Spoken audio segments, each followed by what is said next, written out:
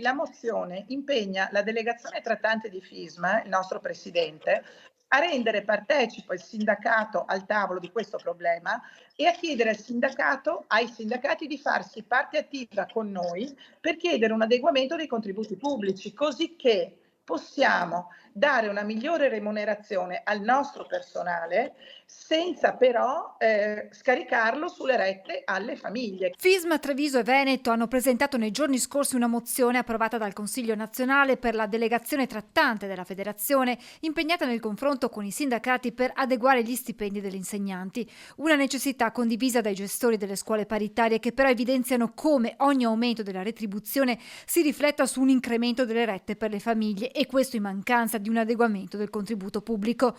Contributo pubblico fondamentale per la sopravvivenza di questi istituti alle prese con un calo delle iscrizioni. Sono 404 in meno i bambini, in calo del 3%, iscritti alle scuole dell'infanzia della Marca per il prossimo anno scolastico. Discorso diverso per i nidi, dove i posti autorizzati sono già esauriti, con 315 piccoli in lista d'attesa. La domanda di asili nido, di iscrizione all'asilo nido è più elevata di quella che è l'offerta, e quindi su questo fronte bisognerebbe davvero investire per dare servizi anche sempre più di qualità alle nostre famiglie. Il tema qual è?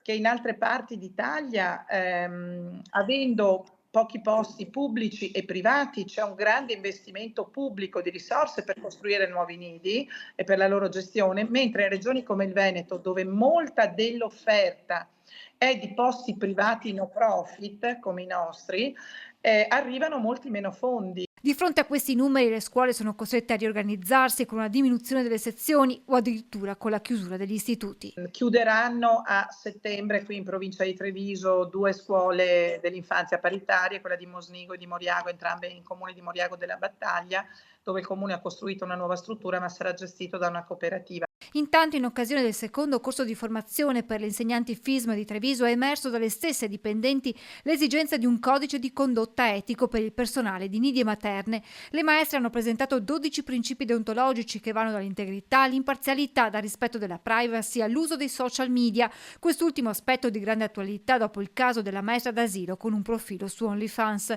Simonetta Rubinato porterà questi punti alla prossima assemblea provinciale di FISM per farne un codice di condotta condiviso a disposizione delle scuole. Per dare un'indicazione degli indirizzi e possibilmente prevenire comportamenti che ci vedono sulle pagine dei giornali in questi giorni, non per i veri problemi, tra l'altro, delle scuole, delle nostre famiglie, le grandi difficoltà che affrontano le nostre dipendenti e i nostri gestori, ma per altri temi che forse possono essere giornalisticamente più interessanti, ma che in realtà non toccano il vero focus nostro, la tutela dei bambini in ogni forma e sotto ogni aspetto.